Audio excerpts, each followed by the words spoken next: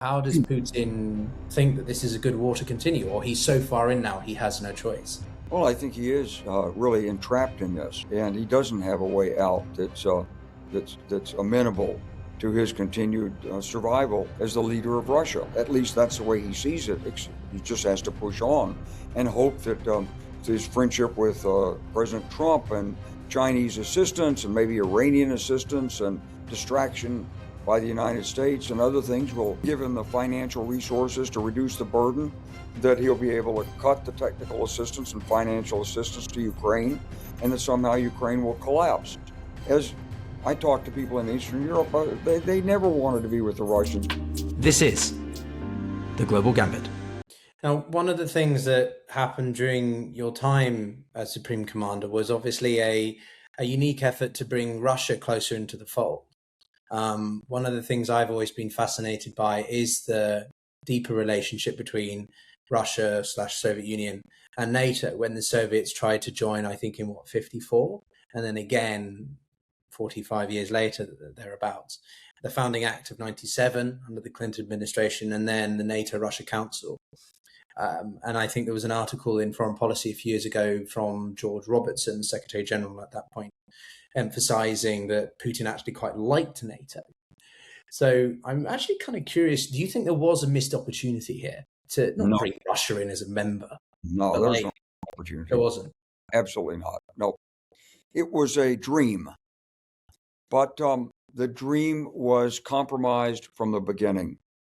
If you actually look at what happened in the Soviet Union as it came apart, the KGB protected itself. It had the resources. Most of the people who ran for the Duma were former intelligence operatives. They were trained in how to campaign. And Boris Yeltsin was on top of it, but Boris Yeltsin was vulnerable. They had compromise on Boris Yeltsin. And Vladimir Putin in St. Petersburg worked his way up the chain. Very smart guy, very strategic minded. He worked his way up, and he had an opponent, another very smart, strategic KGB operative named Yevgeny Primakov. And between Putin and Primakov, there was never going to be a good relationship with NATO. The NATO-Russia Council, when it met, Russia demanded a veto on any actions of NATO. It wasn't a matter of just transparency. Hey, we just want to inform you, and Russia would say, oh, thanks for letting us know. No. As Yevgeny Primakov said in 1998 at a meeting of the NATO-Russia Council, he said, Russia has no permanent friends, only permanent interests. He quoted Russian Count Gorchakov from the 1890s, one of the Tsar's foreign ministers, who was actually quoting British Foreign Minister Palmerston from 1830s. Mm-hmm. It's an idea that's so obsolete in the world. And we knew right then that Primakov was, he was going to throw a block against anything that brought Russia closer in. And of course, to be in NATO, you have to be a democracy. And Vladimir Putin quickly disassembled the democracy. Starting with the regional governors, he began to appoint them rather than have them elected. So it's been, there's no missed opportunity. The only missed opportunity was the not going in the right way to Russia in 1991, 92, when the door really was partially open. You know, we rushed in with the Chicago School of Economists and said, and this was all through Eastern Europe, said, privatize, privatize, privatize, get the state out of the way. We gave away state assets. I've dealt with people in Kazakhstan who bought $1 billion of mineral processing for a few $100s from the state. It wasn't because they were the high bidder. It was because they had the inside track on it. And so the state assets were privatized to people who had, interests that weren't necessarily economic. But then they became oligarchs. And so all through Eastern Europe, we've had the problem of corruption. We've had the problem of lustration of the intelligence services and clearing out the old Russian agents, Soviet agents that were there. And so it's been a really difficult transition. No, miss an opportunity? No. In the fall of 1999, Mr. Putin was the prime minister of Russia. And he came to President Kuchma's inauguration as president of Ukraine, November 1999. And he said, Ukraine and Russia, we are more than brothers. We are in each other's souls. 2 weeks later, I got a call from Poland, the Polish National Security Advisor. Said, can I come see you? I said, sure. He said, we got real trouble with Russia. Putin's trying to restore the Soviet Union. And they knew. And so during the aughts, when President Bush and the Prime Minister Blair and so forth continued, Secretary General Robertson continued to try to put the best face on what was going on in Russia, underneath, we knew that what was going on was not wholesome. It wasn't helpful. It wasn't moving Russia in the direction of corruption-free democracy. It was going in the opposite direction. And it finally burst out in the Munich Security Conference in 2007, which I'm sure you've already talked about on other podcasts, in which Putin accused us of various things. But it was a shame. Honorable men like the Deputy Secretary of State Strobe Talbot truly believed that there should have been an opportunity to integrate Russia into NATO. But you had to meet the criteria for NATO membership. And that's democracy, reduction of your armed forces, getting rid of the heavy overhang of a lot of retired colonels and so forth, and democratizing the armed forces to some extent. And so Russia never wanted to do this. I agree that there was only a very short window in the early 90s before the shock therapy policies really took a hold. But so you don't think that the comments by then President Bush about bringing Georgia into NATO, about bringing Ukraine into NATO, weren't necessarily a little bit overstep? What makes Russia such a different animal to the Ukrainians and other countries around it if they are so, similar, if there's so much overlap? I said off camera, my personal background of Donbass heritage, along with being partially Russian, right? What makes the Russian psyche, to you as someone who's been on the receiving end of Moscow's the center. Moscow's the center. And over the period of the time from Vladimir Lenin on, it's developed unique structures to perpetuate the survival of the regime. And those structures were shaken, let's say, by Boris Yeltsin, but they weren't destroyed. And today you have a mafia intelligence state, a mafia intelligence petrostate in Russia. And that mafia state reaches out with its tentacles of corruption into every other state in Europe, one way or another. It's like a man from the United Nations explained to me several years ago. He said, everywhere there's a Gazprom pumping station in Germany, there's money changing hands illegally. Mm-hmm. And so you have to understand that it really goes back to Vladimir Lenin and his formulation of the Communist International, Comintern, and his belief that communism couldn't survive in one country, that in order to survive, he had to undercut the monarchical and democratic regimes that were opposing him. Now, I'm not saying that wasn't totally justified. The Russian Revolution set things aflame, and the United States and Western powers did support White Russia. We did invade Russia, the United States did, with an expeditionary force in 1919, coming down through Arkhangelsk. Didn't get anywhere, withdraw after a while. And so if you were a security conscious group, which the Communist Party certainly was, at the top you had Cheka, and Cheka worked assiduously to destroy the White Russian movement. This is well documented as a brilliant intelligence operation that destroyed the White Russian resistance movement during the 1920s, and then worked to infiltrate and undercut governments throughout Europe and even in the United States. So therefore, what does this tell us about the state of the war now in Ukraine? I'm not going to ask you what you think Putin's initial motivations were. I think it's quite obvious it wasn't about NATO, or NATO was a scapegoat for the real reasons. Yeah. But what does this tell us about Putin as a world leader in the 21st century and his desire to try to... He's the senior statesman in the world today. That's the first thing. Secondly, he's been a survivor. Third, he's been animated by this fixation on restoring the safety of the center. And that means you've got to recapture the Soviet space. You've got to ensure that there are no hostile powers nearby. Ukraine has been a problem. Ukrainians, they were always looked down on, and yet we use them as, we the Russians, use them as the best engineering talent. A lot of the engineering talent, the rockets and everything were built in Ukraine, but they were always considered like less than Russians. They were like little Russians. They were subordinate.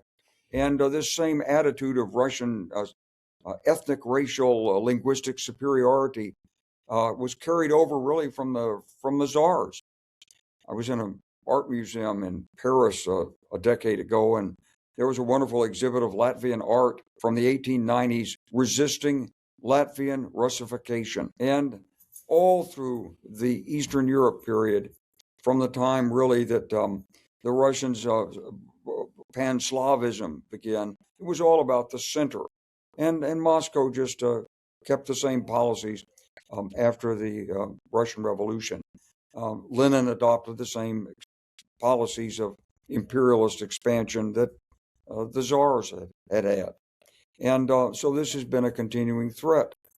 These countries like Georgia that broke away, Ukraine that broke away in 1918, they were retaken and by communist forces under the same imperialist policy.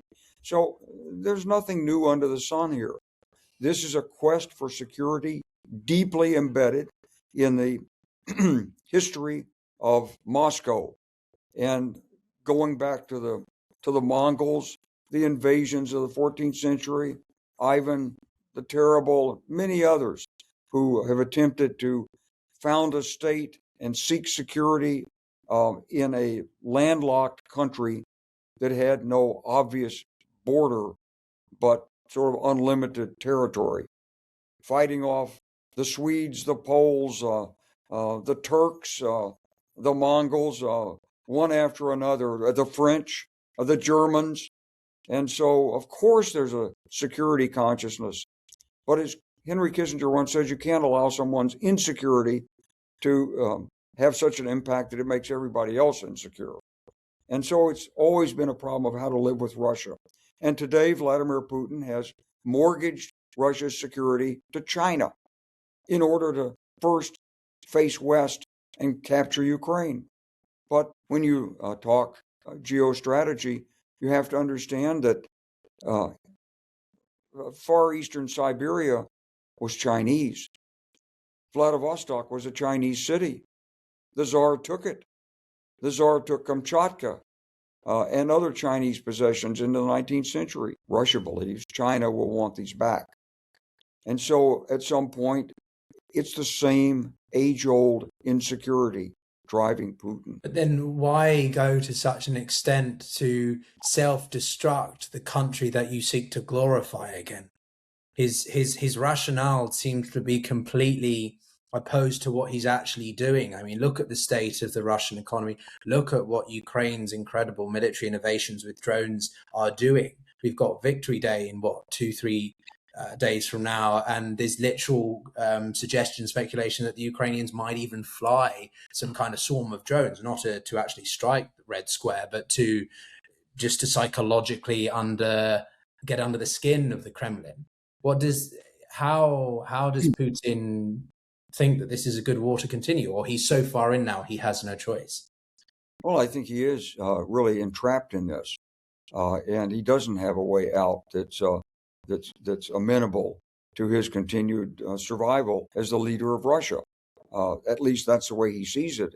He just has to push on and hope that his friendship with President Trump and Chinese assistance and maybe Iranian assistance and distraction by the United States and other things will give him the financial resources to reduce the burden, that he'll be able to cut the technical assistance and financial assistance to Ukraine, and that somehow Ukraine will collapse.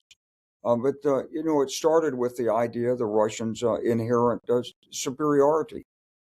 As I talked to people in Eastern Europe, they never wanted to be with the Russians, because when they were with the Russians would come in and dominate. You'll do it this way because we tell you to. I remember going to the Hungarians and dealing with the NATO defense program in 1998. We required Hungary to submit its defense plans to Brussels.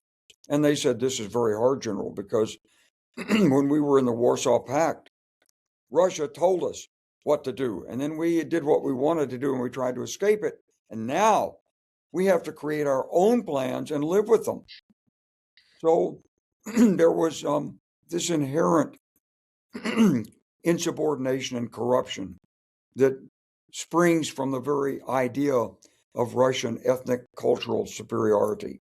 And I think it led to the entrapment. I think he really believed that he could seize Kyiv and capture Zelensky, shoot him in the street, and take over, and Ukraine would collapse, despite the fact of 10 years of warfare that had already gone on before the invasion. I don't think he understood the spirit of Ukraine. I think he was misled by his intelligence agencies. I think he was blinded by his desire. And remember this too, Putin's not a military leader.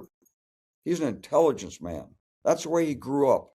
Stalin grew up through the military. He had been through the Russian Civil War. He knew what it was to maneuver armies, to have armored trains. He knew what it was to see fear, to take losses, and so forth. Putin knows it through the books, but he doesn't know it. And the Russian general staff and the Russian leaders, and I met the generals, many of them, in the 1990s, they were still trapped in the World War II model, and they still are, which is an educated generalship. But don't worry about the soldiers. If you need them, give them weapons, or push them up there, and they'll do what they have to do. And if they don't have any weapons, they pick up the weapons from the guys that fell. And so this was the way that the Russian army organized. Very skilled, very educated, very smart people at the top in an effort of military science, certain norms, so much artillery, so many tanks per front, so much infantry, so many days of supply. All was organized, studied after the Great Patriotic War, and formed the basis of what they would do afterwards. And it's obsolescent. What the American Army learned after Vietnam is war's won at the bottom. It's lost at the top. We did a study after World War II in which we looked at the effectiveness of individual soldiers and units. And it turned out that the German soldier was, by our calculations, 1.2 times more effective than an American soldier. Now, this was tough to admit. We didn't publicize it. We don't tell the greatest generation this. But why? What was the problem? It took us 30 years to understand. It wasn't until we began to do laser engagement training at the National Training Center that we began to see that it wasn't the plan that won the battle. It was the soldier who improvised from the plan, who could hit the target, who could stay in contact, who could maneuver on his own, who could take initiative, who knew and understood the mission. That's what brings success on the battlefield. And so today, if you look at Ukraine and Russia, you have the Ukrainian army moving in the direction of what the American army discovered from Vietnam. Individual initiative, soldier self-discipline, determination, education, training at the bottom. Yes, there's some stumbling at the top, but there's no comparison. You can have the best laid plans at the top, but if they're not able to be executed by the soldiers at the bottom because of lack of training, skill, motivation, equipment, logistics, you're going to fail. So what does this tell us about the relationship between the two now? A few months ago, if we'd had this conversation, I think both of us would have felt a bit bleaker about the trajectory of things. And now, as we say, we've got Victory Day parade coming up. It's looking pretty tragic. The level of cost for the Russian side, the Soviet doctrine, as you say, that still predetermines how the war is approached by the highest levels, versus the Ukrainians, which are able to innovate and develop incredible levels of drone technology, interceptors that even the Saudis and other Gulf states are implementing. But there is a problem that drones, at least from people I've spoken to before, cannot replace manpower. And so there is this demographic concern here for both sides, the demographic deficit. I'm curious what you make of that element in the conflict. Well, I think, first of all, don't underestimate Russian innovation. They're also good. They came up with the first fiber optic drones. They figured out how to deal with Ukrainian jamming. So the Russians are no slouch technically.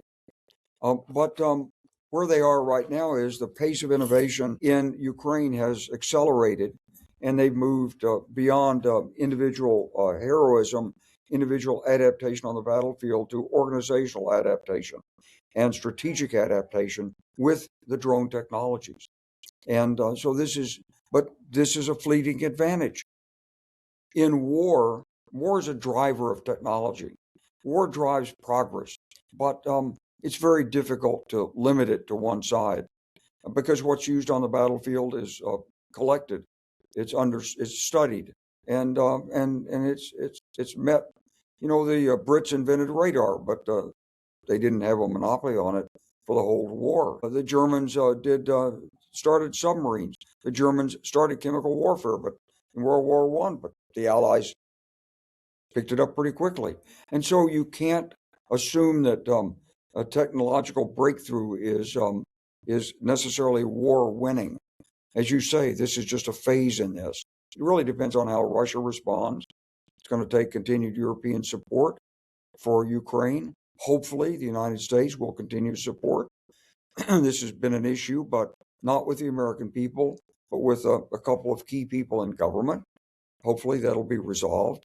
And we'll put a stop to aggression. Now, in your view, therefore, though, how close do you think we are to a NATO-Russian confrontation? There's a lot of argumentation that the Russians can somehow take on the Baltics, that there's an imminent threat, but they can't seem to even take on a country that has lost 10%, 15% of its population through fleeing the country, from fleeing the war. So it's a risk that Putin could try to seize the initiative in the Baltics.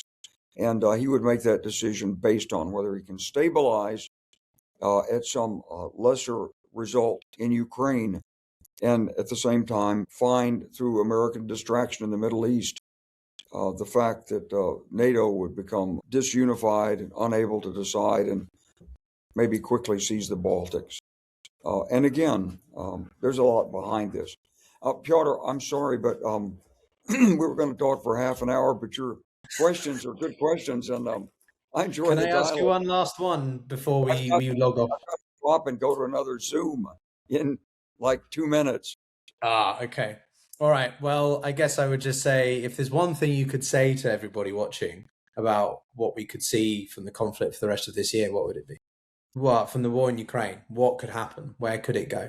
I think in terms of Ukraine, I think if the momentum continues over the summer and the Russians can't mount an effective offensive of their own and their defenses continue to crumble, I think you'll see Russia seeking some kind of negotiated end that'll start with a ceasefire and end up with withdrawal. And I think you'll see Ukraine hang very tough and push further.